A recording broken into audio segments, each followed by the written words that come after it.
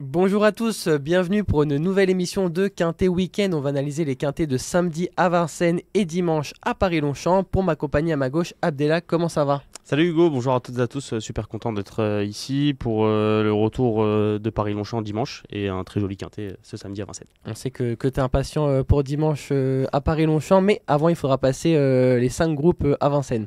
Ouais, les préparatoires pour le Critérium, une réunion qui s'annonce passionnante, mais c'est vrai que septembre, quand Paris-Longchamp rouvre, on pense direct à l'arc, on pense aux belles courses, donc on a hâte.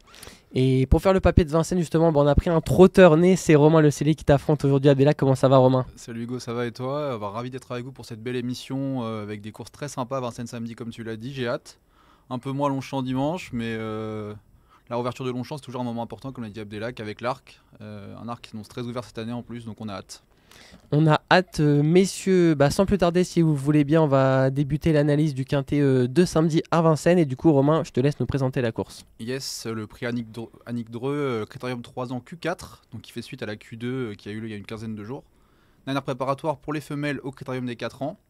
Ça peut être un peu un objectif pour certaines car elles seront peut-être un peu barrées dans le Critérium face au mâle, donc c'est une course qui s'annonce assez intéressante. Sur les 2007 de la grande piste, c'était 2100 la dernière fois, donc là le parcours change un peu, donc ça peut modifier l'arrivée certainement, avec 1000 étoiles qui sera la grande estime favorite. Et juste avant du coup, d'évoquer vos favoris, je vous invite à revoir sur equidia.fr un petit peu la course de référence, même si on l'a dit, c'était sur le parcours de Le prix vitesse. Reine du Corta. C'était le prix Rennes du Corta, c'était sur 2175 mètres. Cette fois, ce sera sur 2700 mètres, le parcours classique. La tenue. De la tenue, il faudrait un peu de classe. Du coup, qui on place en tête? 1000 étoiles? 1000 étoiles, la dernière fois elle a été battue certes par Magic Knight, maintenant c'était une rentrée. Nicolas Bazir, son monteur, nous a dit qu'elle était que à 70%. Là elle va être à 90 je pense, pour être au top dans 15 jours, parce que c'est peut-être la seule femelle qui a une chance face au mâle dans le critérium. Là Jean-Michel Bazir va faire feu et elle devrait gagner sans problème. Une petite question du coup pour Abdellah, Romain voit que 1000 étoiles en tête. Je pense que c'est pareil pour toi. Pas de Magic Knight pardon, pour venir la coiffer sur le poteau. Je pense vraiment que 1000 étoiles est capable de prendre sa revanche sur Magic Knight. Nicolas Bazir nous avait précisé que 1000 étoiles n'était pas encore vraiment prête lors de leur dernière confrontation. Elle est montée en condition. Magic Knight a été revu en plus du côté d'Anguin. Se retrouve avec un petit peu. Ah, c'était à Vincennes. Ouais, la Yearling Cup. Merci Romain. Exactement. Ah oui, c'est vrai. Deuxième Exactement. derrière Mac de Blary, si je dis pas de Deuxième bêtises. d'ailleurs, elle a peut-être pris un peu dur ce jour-là, si on peut Exactement, rajouter, parce qu'elle est partie au galop. Partie au galop ce jour-là, elle était revenue, elle avait fait un effort pour revenir pour se classer deuxième de Mac de Blary. Donc je pense que 1000 étoiles a un petit peu plus de fraîcheur en plus. Donc je la vois pas battue non plus. Petite question pour Romain, si on cherche un petit peu de cotes, on sait que sont parfois un peu toutes des chippies, si on peut le dire, pour Ouais, même reprendre c'est vrai, les ça. mots de Philippe Allaire. S'il y en a une qui est un petit peu moins chippie que les autres pour apporter un peu de cote, on pense à qui? Moi j'ai bien mis Sunday. Ça fait 2 fois que c'est la note. L'avant-dernière fois en gain dans le prix de Rome face aux Européens, notamment avec Gino Trabigi, elle s'annonçait avec des ressources quand elle a fait la faute. Et dernièrement, les bonnes quatrièmes de la course de référence, pareil en finissant bien, la drift de Benjamin Rochard qui est en très grande forme. 2007, ça va pas la déranger, c'est une pouliche qui a de la tenue, donc si elle a le bon parcours, elle va encore terminer à l'arrivée. Maintenant, elle peut être un peu chippie quand même, faut faire attention, notamment au moment du départ. Abdellah, toi de ton côté, si on devait un petit peu commencer à évoquer les outsiders, tu penses à qui? Moi j'aime bien Garato Moralici, le numéro Ouais, 12. c'est bien, Moralici. Déjà il y aura peut-être C'est vrai une que cote c'est vraiment aux pas mal. alentours de 10 contre 1. Ah, Déjà, 20 même. ouais, on a parlé de pouliches assez fautives comme Magic Knight. Moralici, c'est que trotté. Ça fait Ouais. très longtemps que je suis même pas sûr qu'elle ait déjà été disqualifiée en Non. carrière. Et quand elle a le bon parcours, elle est capable de finir très vite ses courses. On l'a déjà vu tracer des très belles fins de course. Dans la Bervielle, dans le groupe 1, elle s'est retrouvée un peu trop loin. Elle a fait sa rentrée à Rochefort et sa fin de course était correcte dans la Q2. Elle aussi, elle a dû monter en condition depuis. Il faut se rappeler qu'elle était quand même 5ème du Critérium des Jeunes l'année dernière, donc en début d'année. Donc je pense que Moralici a sa place à l'arrivée. Si on peut un peu évoquer les candidatures, vous êtes un petit peu moins chaud que contrairement à d'autres au betting. Qui est-ce que vous avez retiré un petit peu de votre ticket contre toute attente? Moi, je t'avoue que je suis un peu contre l'écurie Garato, que j'apprécie beaucoup.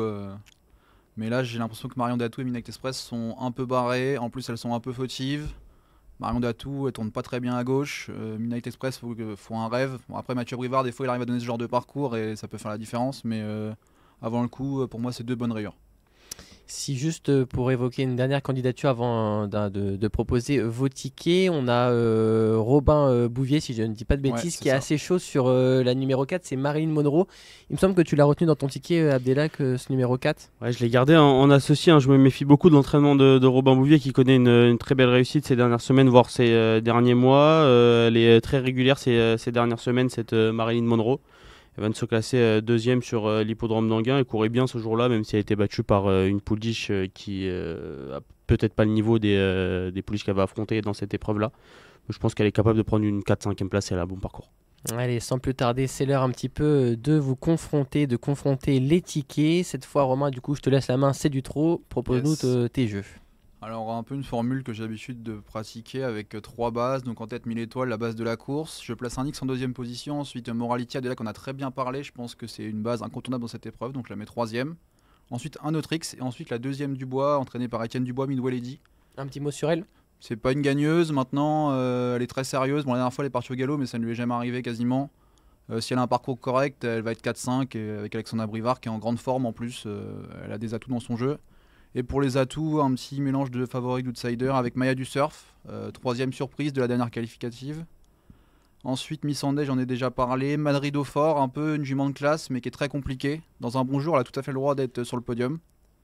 Tout comme My Princess, c'est un peu le même profil, les deux, elles se valent et elles ont de la classe, mais très compliquées. Et enfin, Magic Knight, bien sûr, on peut pas l'écarter totalement d'un ticket, même si j'ai un peu peur qu'elle ait pris dur la dernière fois. Abdelak, de ton côté? Même formule de jeu, 3 Les bases, mathématiques. 2 X. Et les mathématiques, on est fan de maths ici avec Romain. Moi j'ai placé pareil, 1000 étoiles en tête de mon ticket. Un X à la deuxième position. Un X surtout parce que si Magic Knight trotte d'un bout à l'autre du parcours, je pense qu'elle va être deuxième. Mais elle n'est pas assez fiable pour que je la propose en bas. C'est pour ça que je mets un X en deuxième position. En troisième position, je mets Madrid au fort qui s'est classé quatrième surprise du groupe 1 et qui avait, semble-t-il, encore des ressources au moment de sa faute la dernière fois dans la Q2, dans le dernier tournant.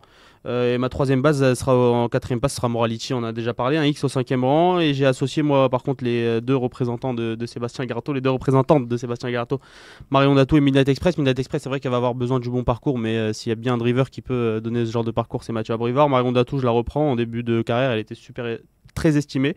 Marilyn Monroe, on en a parlé. J'ai gardé le 10, My Princess, Mathieu Mottier, elle est capable également de prendre une place selon moi. Et Magic Knight, voilà, qui si elle trotte devrait être deuxième, mais on ne peut pas la prendre en base selon moi. Merci. Messieurs, si vous le voulez bien, juste avant de partir à Paris-Longchamp, on va vite fait évoquer rapidement les autres qualifications. Je pense notamment à le pendant pour les mâles, la dernière qualification pour les 3 ans. On va voir un petit peu le duel Magic Man Maître Jacques. Ouais. Rapidement, s'il y en a un, Maître Jacques. Maître Jacques. Moi j'aime bien Make a Dream pour arbitrer le duel. De ton côté, Abdelak. J'aime bien Magic Man. Allez. D'ailleurs, c'est Romain qui m'a surtout parlé de ce cheval en début de carrière et je le suis depuis ce Peut-être moment-là. pas encore à Je pense que 100% Magic Man, il sera au top le jour J, je pense que ce sera le bon jeu dans le critérium. Allez, on peut voir un autre duel dans le duel. Et rapidement, chez les L, chez les mâles, on va avoir Lancier du Goutier contre Lambogel. Je ne sais pas si vous êtes d'accord avec moi. Ça, Ce sera un petit peu le le duel. Goutier, la valeur montante contre le Bongiel, la certitude, on peut dire comme ça. Chez les pouliches, on pense à Lisa Josselin un petit peu seul déclassé ce jour-là. Seul au monde, Lisa Josselin. Seul au monde. Et pour finir un petit peu chez les cas, si vous avez un petit Canto Avis, quelque chose comme ça rapidement à proposer, qui est-ce que vous voyez gagner cette épreuve? Je suis assez chaud de Canto Avis, moi personnellement. L'entraînement de Marc Sassier, il est sur la montante. On va le laisser faire, je pense. Il va pouvoir aller devant et méchant comme il aime faire et il va être très dur à doubler. Donc Canto Avis du côté de Romain. Moi, on va dire, allez, rapidement, je donne mon avis. On va dire King Opera. King Opera, le cœur qui parle. Le cœur qui parle. Et de ton côté? Ouais, je suis peu d'accord avec Canto Avis. Je pense que s'il peut prendre la direction des opérations, il va aller très loin. À noter juste de méfiance également pour Krakta et Matou. Merci du coup d'avoir analysé même très brièvement mais ces groupes parce que comme vous le savez ce sera un gros temps fort sportif samedi à Vincennes avec toutes ces très très belles épreuves. Sans plus tarder on va prendre la direction du coup de Paris-Longchamp pour la rentrée. Du coup vous l'avez dit c'est la réouverture avec le prix de la Reine Marguerite qui sera support du Quintet Plus. Adela, qu'est-ce que tu peux nous présenter cette course? Ouais, ce sera dans la 3e épreuve du programme, le prix de la Reine Marguerite, un handicap réservé à des chevaux de 4 ans et plus et disputé sur la distance classique 2400 mètres. Il commence à pleuvoir sur la région parisienne, il faisait pas très beau déjà hier, ce matin il pleuvait et je pense que ça va continuer d'ici dimanche, donc je m'attends à un terrain plutôt souple. En tout cas j'ai fait mon papier en ce sens. Et voilà, on a des bonnes valeurs, allant de 34 à 42,5 dans la course, c'est un handicap très intéressant à déchiffrer. On va privilégier, compte tenu des pluies, des chevaux qui vont dans le lourd, en tout cas, qui aiment bien les terrains pénibles. De ton côté, Romain, à qui fais-tu confiance dans cette épreuve, on va dire devant dans ton ticket? En tête, j'ai mis Zulu Warrior. Je pense qu'il peut réaliser doublé de handicap. Certes, il a été pénalisé. Maintenant, c'est un cheval qui m'a l'air très porteur. Il avait gagné une course en gentleman, il me semble, avec 67 kg sur le dos, donc le poids n'est pas un problème. Le terrain n'est pas un problème. L'écurie Fabre en grande forme depuis le début de l'été. Il a tout pour lui. Et allez, Zulu Warrior. Hein. Tous les feux semblent ouverts pour ce Zulu Warrior. Alors juste avant le début de l'émission, j'entendais derrière moi Abdellah qui m'a dit: non mais les gars, je crois que je vais le gagner en fait. C'est du tout cuit ce dimanche à Paris-Longchamp. Alors c'est qui Abdellah? Moi, je pense que vraiment, il y a un cheval qui court tout seul dans cette course. je vais être chaud, je vais le dire comme ça, dans ces termes. Je crois que Sherzal, le numéro 3, va gagner ce quintet. C'est un cheval qui a commencé sa carrière au galop, en plat, chez Joël Boinard. Et il est passé en vue d'une carrière en obstacle chez Louisa Carberry. Ça s'est pas très bien passé. Donc on est revenu au galop la dernière fois. Il se classe deuxième de Bright Picture, qui est quatrième au niveau groupe 2. Il bat Savanenstern qui a pris part au Soumbé Grand Handicap avec une cote de méfiance, alors que Savanenstern courait en 42 valeurs, Sherzal est en 38. Et si on remonte avant son passage chez Louisa Carberry en obstacle, on trouve des super perfs. Il battait Howwood, Howwood que Hugo connaît bien, Je connais bien le Howwood. qui a gagné 2 quintés. Il est troisième de Sibayan qui est gagnant de groupe 2. Je pense qu'en 38 de valeur, c'est vraiment un soleil dans cette course. Et l'état du terrain ne devrait pas le déranger. S'il a un bon parcours, je serais très déçu de ne pas le voir lutter pour la victoire. On parlait justement des chevaux qui aiment bien le terrain. Moi, il y en a un que j'aime bien, je sais qui aime beaucoup également le souple. C'est le pensionnaire de Gérald Mossé, Half Dancer. Est-ce que vous l'avez retenu dans votre ticket? Ouais, personnellement, je l'ai mis troisième. Ça sent bon, sa valeur baisse. Il retrouve un terrain qu'il va apprécier. Le tandem Moutard-Mossé fait feu de tout bois. Donc ouais, c'est une bonne base dans la course, je pense. Si c'est pas le jour, c'est pour bientôt en tout cas. 7ème, hein, le jour de sa rentrée, pas inquiétant. Il avait quand même bien couru ce jour-là. Correct. Abdellah, tu es de notre avis? Moi j'ai pris 4 bases dans ce quintet plus. Half Dancer fait pas partie de mes bases, Okay. mais je suis d'accord avec Romain. C'est vrai que sa situation au poids s'améliore et que c'est vraiment un prétendant aux places dans ce quintet, mais j'en ai préféré d'autres, notamment le 7 Mélango. Voilà, c'est un autre nageur, un pur nageur Mélango. Et vraiment, si on regarde la course référence de la dernière fois, c'était très bien en retrait Mélango sur un terrain qui était pas vraiment pour lui plaire. Il a gagné son quintet et puis après il a composé avec la pénalisation avec des terrains toujours bons. Ouais. Il a toujours couru sur terrain bon et là la pluie commence à tomber. Il a baissé un petit peu en valeur. Je pense que vraiment c'est le jour où on va revoir Mélango au premier plan. Qu'est-ce qu'on fait, messieurs, du numéro 9, Maikis, qui sera associé à Michael Barzalona? On garde? Moi je l'ai gardé un peu en bout de combinaison la dernière fois. Il a pas eu le bon parcours, c'était dur pour lui.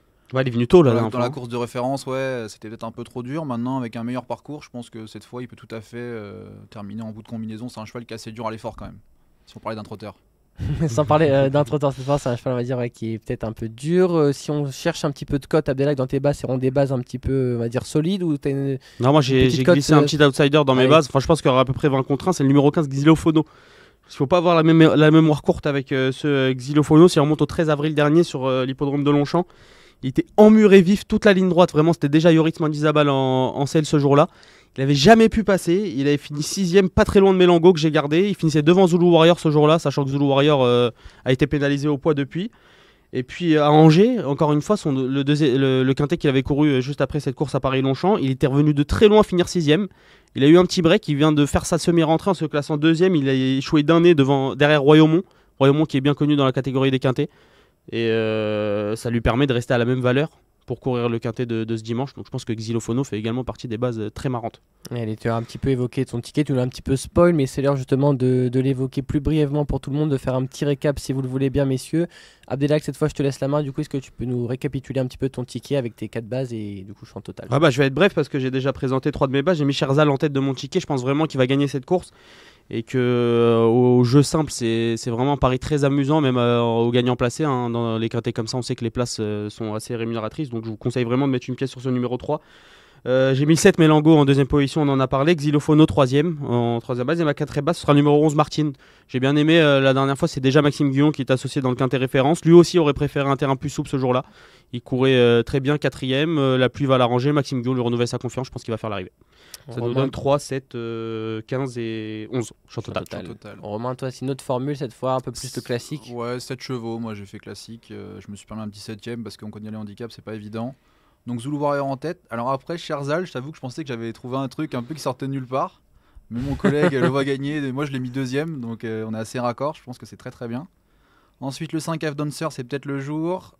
Suivi du 4 Euro Preto, on n'en a pas parlé, mais c'était aussi très très bien dans la course de référence. Ouais, pas très chanceux. Ouais, pas très chanceux. Il a reculé. Ouais. Et pourquoi je l'ai mis assez haut, c'est parce que justement il a une ligne où il devançait Mélango dans un quintet l'année dernière, dans un terrain très lourd. Donc je pense que plus le terrain va être assoupli, plus Mélango et Euro Preto que j'ai mis au milieu de mon ticket vont être à l'arrivée